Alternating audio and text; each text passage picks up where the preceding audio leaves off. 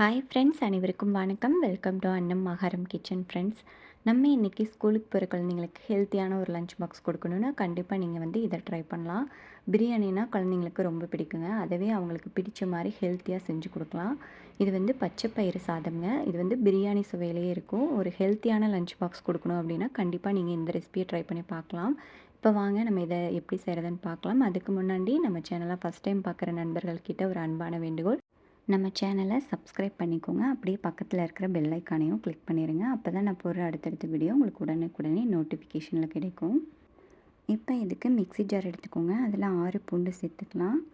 சின்னதாக 2 துண்டு இஞ்சி சேர்த்துக்கோங்க. ஒரு ஏலக்காய், சின்ன துண்டு பட்டை, 3 கிராம்பு,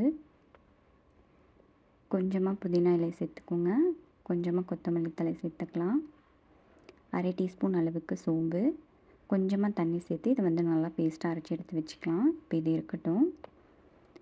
இப்போ இதுக்கு நான் கிளாஸ் அளவுகள் தாங்க அளந்து எடுத்திருக்கேன்.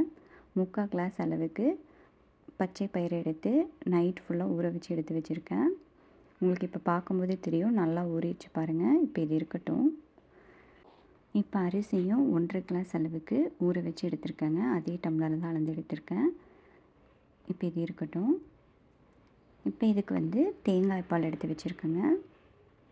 எல்லா பாலும் ஒட்டுக்காவே எடுத்து வச்சுருக்கேன், 2 டைம் அரைச்சி. இப்போ இது இருக்கட்டும். எல்லாத்தையும் ரெடி பண்ணியாச்சு. இப்போ நம்ம தாளித்து விட்டுடலாம். குக்கர் வச்சு 3லேருந்து 4 டீஸ்பூன் அளவுக்கு எண்ணெய் சேர்த்துக்கோங்க. எண்ணெய் காஞ்சதும் 2 கிராம்பு, சின்ன துண்டு பட்டை, ஒரு பிரியாணி இலை, அரை டீஸ்பூன் அளவுக்கு சீரகம், ஒரு பெரிய வெங்காயம் நீளமாக கட் பண்ணி வச்சுருக்கேன், அதையும் சேர்த்துக்கலாம். உங்கள் காரத்துக்கு தகுந்த மாதிரி பச்சை மிளகாய் சேர்த்துக்கோங்க. இப்போ இது எல்லாத்தையும் நல்லா வதக்கி எடுத்துக்கலாம். இப்போ இது நல்லா வதங்கினதும் ஒரு சின்ன தக்காளி எடுத்து வச்சுருக்கேங்க, அதையும் சேர்த்துக்கலாம். இப்போ அதையும் சேர்த்து தக்காளி நல்லா வதங்கிருச்சு. இப்போ நம்ம அரைச்சி வச்சுருந்த பேஸ்ட்டை இது கூட சேர்த்து நல்லா வதக்கி விட்டுக்கலாம். நல்லா எண்ணெய் பிரிஞ்சு வரணும், அந்தளவுக்கு நல்லா வதக்கி விட்டுக்கோங்க. இப்போ நம்ம ஊற வச்சுருந்த பச்சை பயிரை தண்ணி வடிச்சிட்டு இது கூட சேர்த்துக்கலாம். அரிசியும் தண்ணி வடிச்சிட்டு இது கூட சேர்த்துடலாம். இப்போ இதை ஒரு 2 நிமிஷம் நல்லா கலந்து விட்டுக்கோங்க. இப்போ கலந்து விட்டுட்டு நம்ம ரெடி பண்ணி வச்சுருந்த தேங்காய் பால் சேர்த்துக்கலாம். இப்போ இதை நல்லா அளந்துட்டு சேர்த்துக்கோங்க. இப்போ இது பார்த்திங்கன்னா மொத்தமாக 4 கிளாஸ் அளவுக்கு இருக்குது.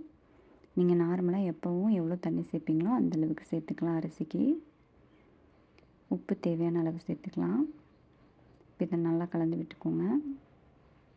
டேஸ்ட்டு ரொம்ப நல்லாயிருக்குங்க, ஹெல்த்தியாகவும் இருக்கும். கண்டிப்பாக இதை ட்ரை பண்ணி பாருங்கள். இப்போ இது நல்லா கொதிச்சு வந்துருச்சு. மேலே கொஞ்சமாக கொத்தமல்லி புதினா சேர்த்துக்கலாம்.